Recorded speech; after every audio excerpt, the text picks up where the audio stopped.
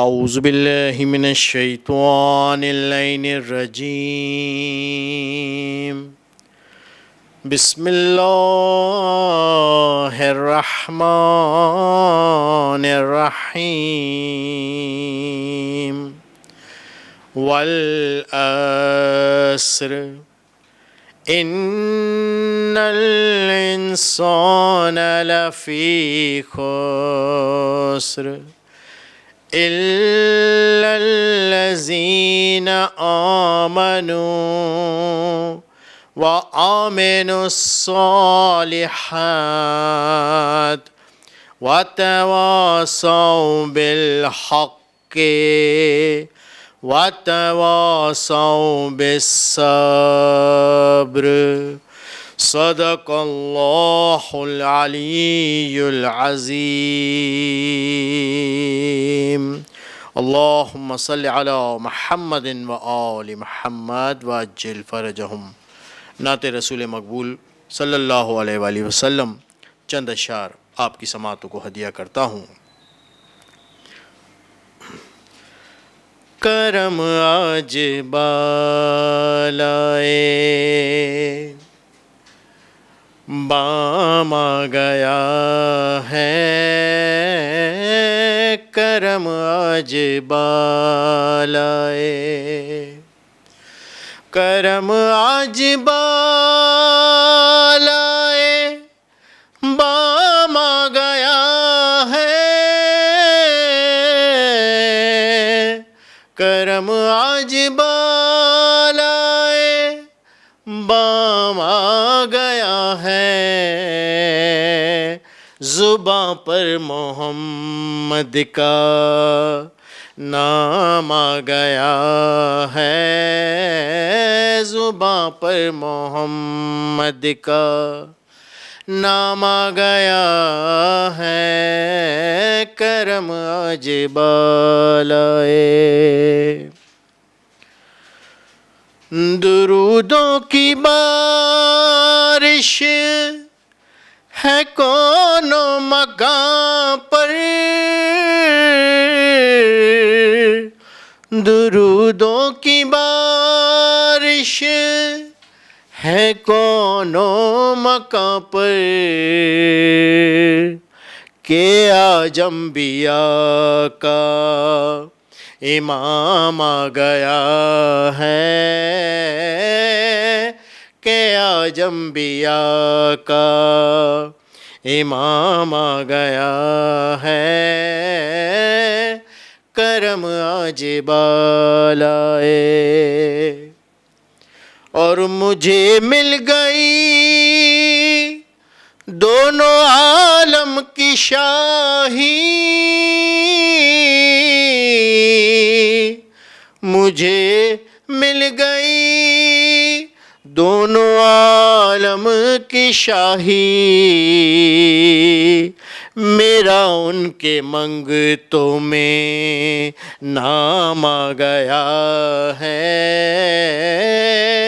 میرا ان کے منگتوں میں نام آ گیا ہے، کرم آج بالائے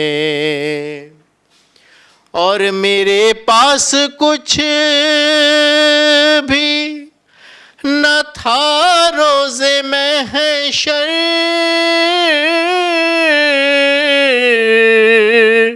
میرے پاس کچھ بھی نہ تھا روز محشر، نبی کا وسیلہ ہی کام آ گیا ہے، نبی کا وسیلہ ہی کام آ گیا ہے، کرم آج بالائے۔ اور قبلہ شعر بطور خاص پیش کرتا ہوں، سنیے گا۔ مزہ تب ہے محشر میں سرکار کہہ دے،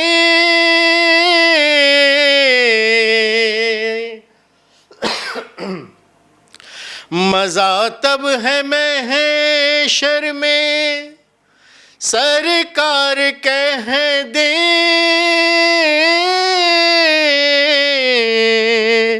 مزہ تب ہے محشر میں، سرکار کہہ دیں وہ دیکھو ہمارا غلام آ رہا ہے، وہ دیکھو ہمارا غلام آ رہا ہے، کرم آج بالائے بام آ رہا ہے، زباں پر محمد کا نام آ رہا ہے، کرم آج بالائے۔ اللہم صلی علی محمد و آل محمد۔ میں گزارش کروں گا مولانا سے کہ وہ آئیں اور درس سے خطاب کریں بر محمد و آل محمد صلوات۔ اعوذ باللہ من الشیطان الرجیم، بسم اللہ الرحمن الرحیم، الحمدللہ رب العالمین، الصلاۃ والسلام علی سیدنا و مولانا ابی القاسم محمد وعلی اہل بیتہ الطیبین الطاہرین ولعن الدائم علی اعدائہم الی قیام یوم الدین۔ رب اشرح لی صدری ویسر لی امری واحلل عقدۃ من لسانی یفقہوا قولی۔ اعوذ باللہ من الشیطان الرجیم، بسم اللہ الرحمن الرحیم، رسلا مبشرین و منذرین لئلا یکون للناس علی اللہ حجہ بعد الرسول وکان اللہ عزیزا حکیما۔ وقال اللہ سبحانہ وتعالی فی مقام آخر، اعوذ باللہ من الشیطان الرجیم، بسم اللہ الرحمن الرحیم، لقد من اللہ علی المؤمنین اذ بعث فیہم رسولا من انفسہم یتلو علیہم آیاتہ ویزکیہم ویعلمہم الکتاب والحکمہ وإن كانوا من قبل لفی ضلال مبین۔ صدق اللہ العلی العظیم۔ اصول دین میں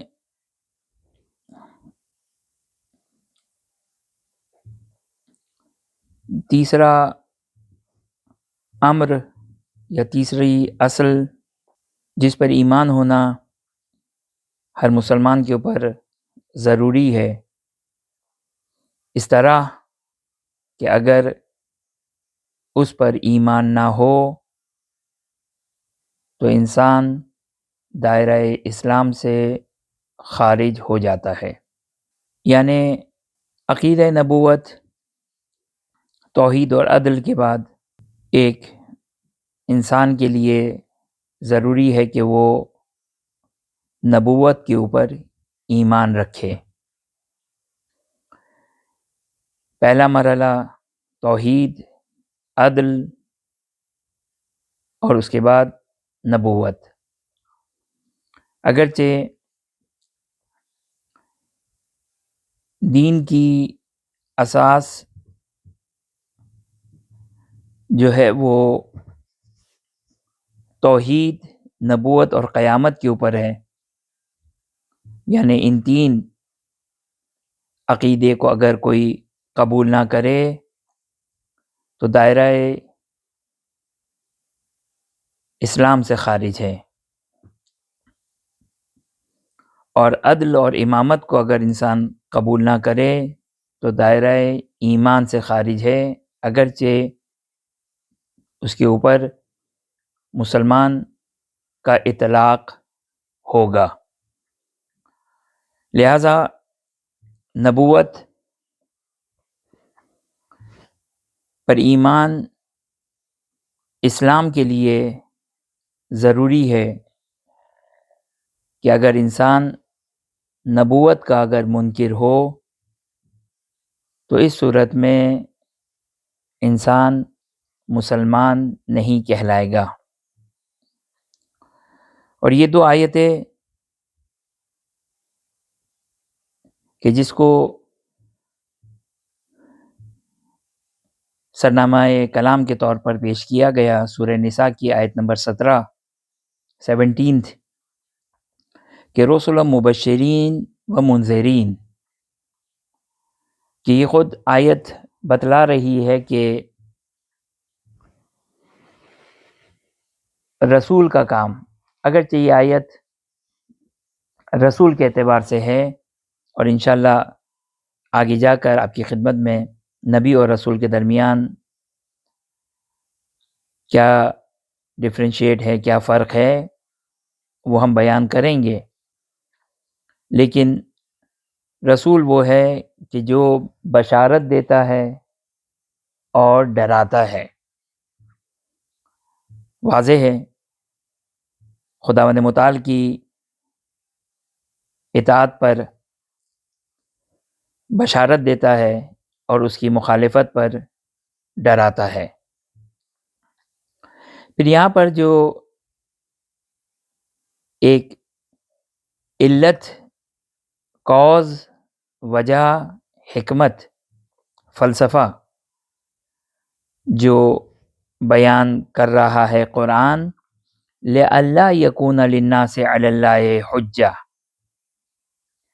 تاکہ قیامت کے دن کسی شخص کے اوپر آرگومنٹ کی کوئی گنجائش باقی نہ رہے. کہ ایک فلسفہ جو قرآن یہاں پر بیان کر رہا ہے وہ یہ ہے کہ خداوند متعال کی طرف سے حجت تمام ہو جائے. رسول کو کیوں بھیجا؟ تاکہ اگینسٹ اللہ سبحانہ و تعالی انسان آرگومنٹ نہ کرے کہ اگر ہمیں دین بیان کیا جاتا، اگر ہمیں راستہ دکھایا جاتا تو ہم مخالفت نہ کرتے. تو ایک مقصد ارسال الرسول، رسول کو، انبیاء کو مبعوث کرنے کا، وہ یہ ہے کہ قیامت کے دن لوگ اگینسٹ اللہ سبحانہ و تعالی، خدا کے اگینسٹ میں، خدا کے اوپر کوئی حجت نہ لے کر آئے. تو حجت مکمل کرنے کے لیے، حجت کا مطلب واضح ہو گیا، یعنی آرگومنٹ نہ کرنا. آرگومنٹ، حجت کا مطلب ہوتا ہے آرگومنٹ. تو یہ ایک مقصد کہ جس کو قرآن یہاں پر بیان کر رہا ہے. اور سورہ آل عمران کے سورہ جمعہ میں بھی اسی مفہوم کی روایت، اگرچہ مفہوم ہم نے کیوں کہا، جا کے دونوں کے درمیان فرق دیکھ لیا جائے، کہ سورہ آل عمران 164 164 164 آیت کہ جہاں پر ایک مقصد بعثت انبیاء، ارسال الرسول، رسول کو اور انبیاء کو بھیجنے کا مقصد بیان کیا جا رہا ہے، اور انداز کس قدر خوبصورت ہے کہ یہ انسان کے لیے کوئی تکلیف، کوئی زحمت، کوئی بوجھ نہیں ہے. اگر انسان اپنی فطرت کے ساتھ، کہ جس کی تفصیل انشاءاللہ آپ کی خدمت میں بیان کریں گے فطرت کے سلسلے میں، اگر انسان اپنی فطرت کو مد نظر رکھتے ہوئے، اور فطرت کو، انسان کی فطرت صحیح و سالم ہو، تو انسان اس نعمت کو، یعنی بعثت انبیاء، بعثت رسول، نبی اور رسول کے بھیجنے کو انسان نعمت تصور کرتا ہے اگر اس کی فطرت صحیح و سالم ہو. لہٰذا قرآن نے اس انداز سے سورہ آل عمران کی 164 آیت میں کہ لَقَدْ مَنَّ اللَّهُ عَلَى الْمُؤْمِنِينَ، کہ خداوند متعال نے مومنین کے اوپر ایک احسان کیا، منت کی، اِذْ بَعَثَ فِيهِمْ رُسُلًا مِنْ أَنفُسِهِمْ. انشاءاللہ بعد میں اس آیت کی ذیل میں گفتگو کریں گے کس طرح خداوند متعال نے احسان کیا اور یہ احسان کس طرح بنتا ہے، انشاءاللہ اس کو آپ کی خدمت میں بیان کریں گے. لیکن یہاں پر آیت اس طریقے سے بیان کر رہی ہے کہ لقد من اللہ علی المؤمنین، کہ خداوند متعال نے مومنین کے اوپر احسان کیا، اذ بعث فیہم رسولا من انفسہم، کہ خداوند متعال نے انہی میں سے، انہی کی جنس میں سے، انہی کی کیٹیگری میں سے، انسان ہی کی کیٹیگری میں سے، انسان ہی کی جنس سے ان کے درمیان رسول کو مبعوث کیا، رسول کو بھیجا. یہ مومنین کے اوپر خداوند متعال نے احسان کیا. ظاہر ہے مومنین کے اوپر احسان کی وجہ بھی واضح ہے کہ مومنین کے اوپر احسان اس لیے کیا کہ جو غیر مومنین ہیں، ظاہر ہے وہ انکار کرنے کے بعد ابدی ہمیشہ ہمیشہ کی ہلاکت اور ہمیشہ ہمیشہ کی گمراہی میں گرفتار ہو جاتے ہیں. لہٰذا یہ مومنین کے اوپر منت اور احسان ہے کہ خداوند متعال نے مومنین کے اوپر احسان کیا رسول کو مبعوث کر کے. صرف میں بریکٹ میں ایک جملہ بیان کر دیتا ہوں کہ جس کی تفصیل انشاءاللہ العزیز ہماری گفتگو اگر وہاں تک پہنچ سکی اس مختصر سے ڈیوریشن اور جو ہمارا محدود 5 دن کا جو رسالت کے اوپر، نبوت کے اوپر جو ہماری گفتگو ہے، اگر ہم اس نقطے تک انشاءاللہ پہنچ سکے، ورنہ صرف ایک نقطے میں اور بریکٹ میں صرف آپ کی خدمت میں عرض کر دیں کہ مومنین کے اوپر احسان کیا خداوند متعال نے انبیاء اور رسول کو مبعوث کر کے ہمارے درمیان، ہمارے لیے، کہ یہ منت اور احسان کہ جب انشاءاللہ نبوت اور رسالت کی تفسیر کی جائے گی کہ انسان کمال تک پہنچ جائے،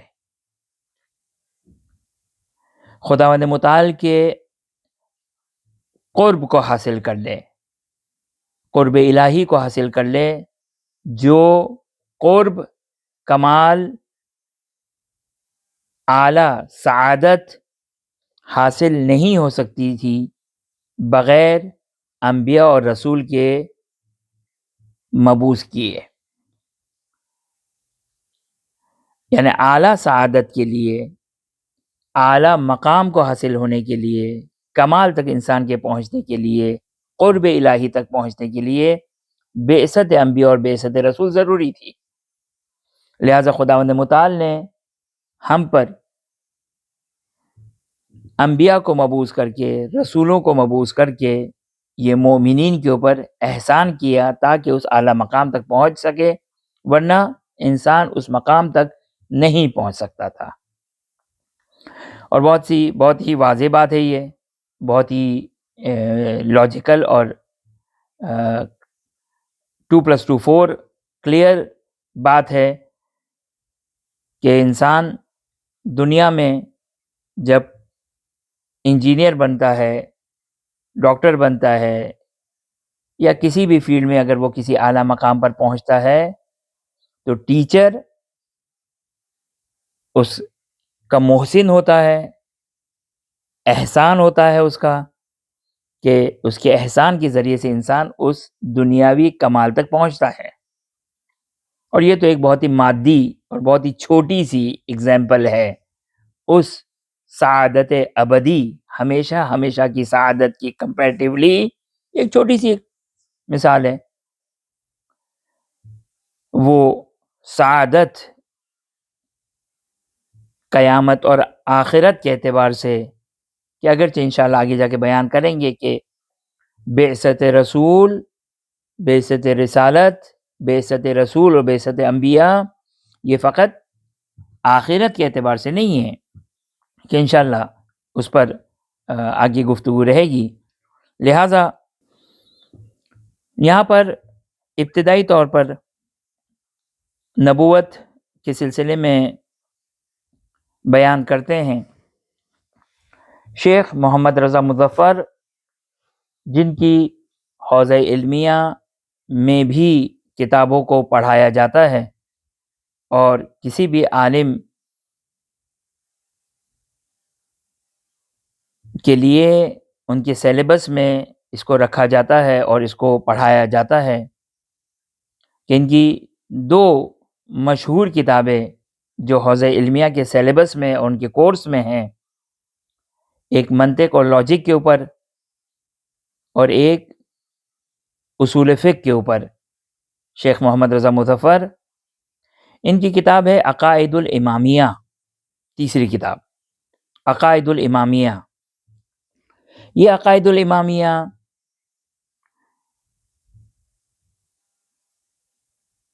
در حقیقت بہت ہی مختصر کتاب ہے، لیکن سید محسن خرازی جو ہے وہ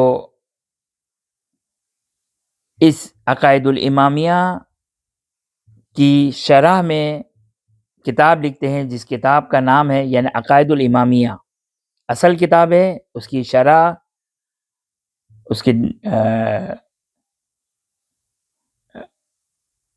اس میں ڈیفائن کیا ہے، تفصیل سے بیان کیا ہے۔ اس کتاب کا نام ہے بدایت المعارف الالہیہ، کہ جو سید محسن خرازی کی کتاب ہے اور بہت ہی عمدہ کتاب ہے یہ۔ لہٰذا ہم نے اپنی اس گفتگو میں جو اصل محور قرار دیا ہے وہ ان دونوں کتابوں کو، کہ اصل کتاب عقائد الامامیہ شیخ محمد رضا مظفر اور اس کی تشریح میں سید محسن خرازی نے اپنی کتاب بدایت المعارف میں اس کتاب عقائد الامامیہ کو ڈیفائن کیا ہے۔ شیخ محمد رضا مظفر فرماتے ہیں کہ ہمارا عقیدہ ہے، کیا ہے عقیدہ؟ کہ النبوہ وظیفۃ الالہیہ و سفارۃ الربانیہ یجعلها اللہ لمن ینتخبہ و یختارہ من عبادہ الصالحین و اولیائہ الکاملین فی انسانیتہم، کہ ہمارا عقیدہ ہے کہ نبوت ایک الہی عہدہ ہے، ایک الہی منصب ہے، خدا کی طرف سے وہ سفیر ہے، خدا کی طرف سے وہ سفیر ہے، بندوں سے منتخب شدہ نہیں ہے، کہ جس کی وضاحت انشاءاللہ العزیز ہمارے ٹائم میں اگر فرصت رہی تو آپ کی خدمت میں بیان کریں گے، کہ یجعلہ اللہ سبحانہ وتعالی، خداوند متعال اس نبوت کو قرار دیتا ہے لمن ینتخبہ، جس کو خداوند متعال انتخاب کرتا ہے، خدا جس کو چوز کرتا ہے، خدا کی چوز کے بغیر، خدا کے انتخاب کے بغیر، خدا کے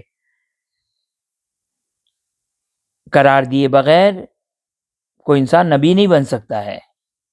جھوٹے نبی بن سکتے ہیں، لیکن سچی نبوت کے لیے ضروری کہ خداوند متعال ان کو انتخاب کرے۔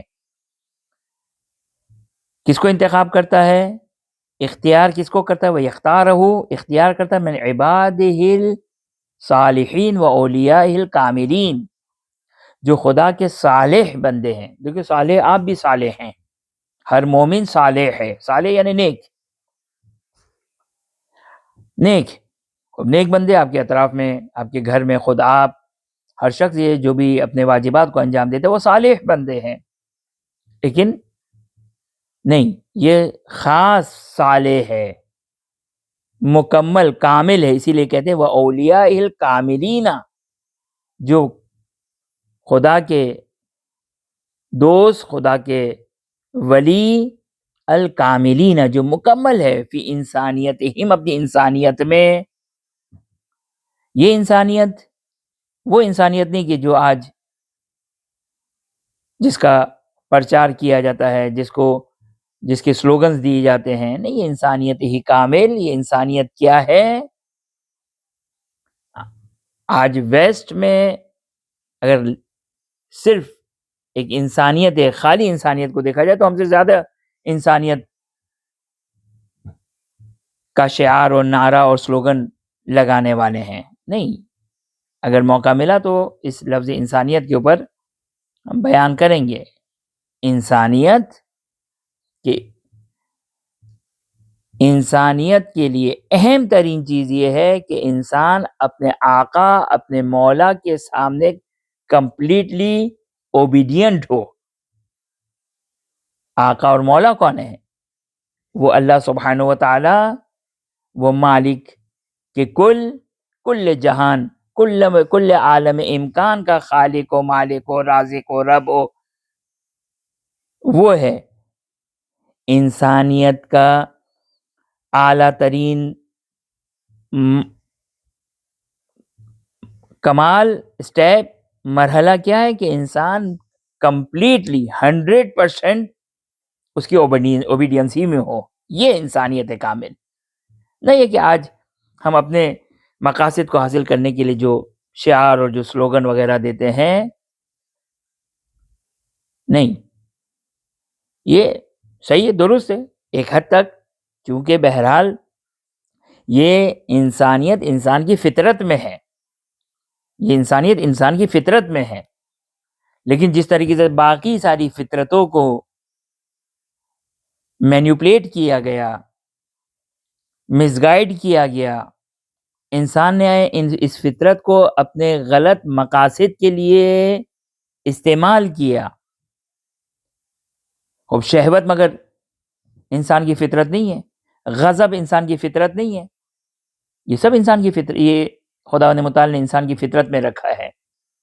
لیکن اس قاعدے اور اس سیلیبس اور اس کورس کے مطابق، اس گائیڈ لائن کے مطابق جو اللہ سبحانہ و تعالیٰ کی جانب سے آئے گی.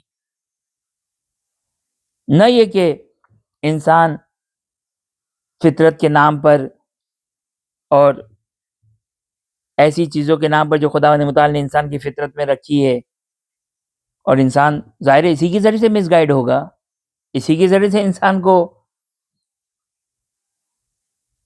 گمراہ کیا جائے گا. انسان کو اسی چیز کے ذریعے سے جو انسان کی فطرت میں رکھا ہے اسی کے ذریعے سے.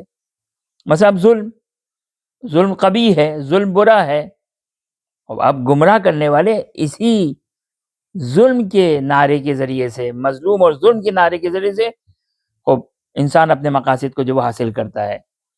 اسی لیے آپ دیکھیں دنیا میں ہر شخص اپنے مد مقابل کو ٹیررسٹ کہتا ہے. ٹیررسٹ یعنی ظالم، کیونکہ ظلم کی قباحت، ظلم کی برائی خداوند متعال نے انسان کی فطرت میں رکھا ہے، انسان کی فطرت میں رکھا ہے. بہرحال فرماتے ہیں شیخ محمد رضا مظفر علی اللہ مقامہ، فیرسلہم الی سائر الناس لغایت ارشادہم الی ما فیہ منافعہم و مصالحہم فی الدنیا والآخرہ. یہ نبوت ہے، یہ ہے نبوت کہ فیرسلہم، خداوند متعال ان کو بھیجتا ہے الی سائر الناس، باقی سارے لوگوں کی طرف. کیوں؟ لغایت ارشادہم، تاکہ ان کو گائیڈ کرے، رہنمائی کرے، راستہ بتلائے. کس چیز کا راستہ؟ دیکھیں ہر شخص، ہر استاد یا ہر شخص کے جو معاشرے میں کسی طرح بھی ایک مقام پر ہے، وہ ہمیشہ اس کا ایک نعرہ لوگوں کے توجہ کو جلب کرنے کے لیے، لوگوں کے ووٹوں کو حاصل کرنے کے لیے، لوگوں کے رائے کو حاصل کرنے کے لیے، لوگوں کو امپریس کرنے کے لیے اس کا ہر شخص یہی نعرہ لگاتا ہے. کیا نعرہ لگاتا ہے؟ کہ ہم تمہارے نفع کے لیے کام کریں گے، ہم تمہاری بھلائی کا کام کریں گے، ہم آئیں تاکہ تمہارے لیے یہ سارے بینیفٹس، یہ سارے جو وہ فائدے تمہیں فراہم کریں گے. چونکہ انسان کی فطرت میں ہے منافع، خداوند متعال نے منافع کو حاصل کرنا، منافع یعنی فائدے، بینیفٹس، یہ خداوند متعال نے انسان کی فطرت میں رکھا ہے. کیا؟ کہ انسان منافع، فائدے، بینیفٹس کو حاصل کرے، یہ خداوند متعال نے انسان کی فطرت میں رکھا ہے. لہذا یہ جو فطرت میں بہت ساری چیزیں خداوند متعال نے رکھی ہے کہ جس کی تفصیل انشاءاللہ آپ کی خدمت میں انشاءاللہ العزیز آپ کی خدمت میں بیان کریں گے. یہ فطرت اسی لیے فطرت میں رکھا ہے تاکہ خداوند متعال اپنی توحید سے لے کر قیامت اور فروع دین، نماز سے لے کر دیات تک، یہ سارے کے سارے احکام انسان اس کو ایکسیپٹ کرے، انسان اس کو قبول کرے، کیونکہ انسان دنیا اور ایمان لانے کے بعد آخرت کے بینیفٹس، فائدے، منافع کو حاصل کرنے کا جو وہ خواہاں ہوگا، خواہش مند ہوگا، اس کو حاصل کرنے کے لیے اپنی پوری کوشش کرے گا. کیوں؟ یہ خداوند متعال نے انسان کی فطرت میں رکھا. اگر یہ فطرت انسان کی نہ ہوتی تو انسان اللہ کو بھی کیوں مانتا، ان چیزوں پر کیوں ایمان لے کر آتا، نبوت پر کیوں ایمان لے کر آتا؟ کیوں؟ تاکہ انسان چاہتا ہے کہ دنیا کے بعد اس آخرت، مومن، انسان مومن چاہتا ہے کہ اس آخرت کے مراحل اور اس آخرت کے جو مرحلے ہیں اس کے تمام بینیفٹس کو، تمام کے تمام فائدے کو وہ حاصل کرے. لہذا فرماتے ہیں کہ فَيُرْسِلُهُمْ إِلَى سَائِرِ النَّاسِ لِغَایَةِ إِرْشَادِهِمْ إِلَى مَا فِيهِ. کس چیز کی طرف ارشاد کرتا ہے، کس چیز کی طرف رہنمائی کرتا ہے، کس چیز کی طرف گائیڈ کرتا ہے. إِلَى مَا فِيهِ مَنَافِعِهِمْ وَمَصَالِحِهِمْ، جس میں اس کی مصلحتیں ہیں، جس میں اس کے فائدے ہیں، فی الدنیا والآخرہ، دنیا میں اور آخرت میں. خب مومن کی پہلی نگاہ، مومن کا پہلا آبجیکٹ، پہلا ٹارگٹ آخرت ہونا چاہیے. لیکن خداوند متعال نے یہ جو نظام دنیا بنایا ہے، اب یہ نہیں ہو سکتا کہ انسان اس نظام دنیا سے اپنے آپ کو مبرہ کر دے یعنی اپنے آپ کو خالی کر دے. نہیں، یہ دنیا کے فوائد، دنیا میں اس کے لیے کیا بہتر ہے انفرادی طور پر اور اجتماعی طور پر، کہ انشاءاللہ اس کی تفصیل آپ کی خدمت میں بیان کریں گے کہ معاشرے کے لیے، جامعے کے لیے، انسان کی لیے کیا چیز مفید ہے اور اس کے لیے خداوند متعال نے کیا اسباب اور کن چیزوں کو رکھا ہے، اس کو جو ہے وہ بیان کریں گے. لہذا دنیا کے فائدے اور آخرت کے فائدے، یہ خدا کی ذمہ داری ہے، کیونکہ خداوند متعال کیا مخلوق ہیں. لہذا اس دنیا میں بھیجا اتنے سے ٹائم پیریڈ کے لیے، اور اس کے بعد کی منزلیں برزخ اور آخرت کی جو لامحدود ہیں، اس میں کیا چیز فائدے کے لیے ہے، کس چیز میں نقصان ہے، اس کی گائیڈنس خداوند متعال کی ذمہ داری ہے کہ ہم کو یہ بیان کریں. اور کس طرح بیان کریں؟ انبیاء کو بھیج کر، رسولوں کو بھیج کر. یہ خداوند متعال جو ہے وہ کی ذمہ داری ہے. خوب، لہذا آپ نے یہ ملاحظہ فرمایا کہ نبی کو، انبیاء کو بھیجنا، اس کا کیا مقصد ہوا؟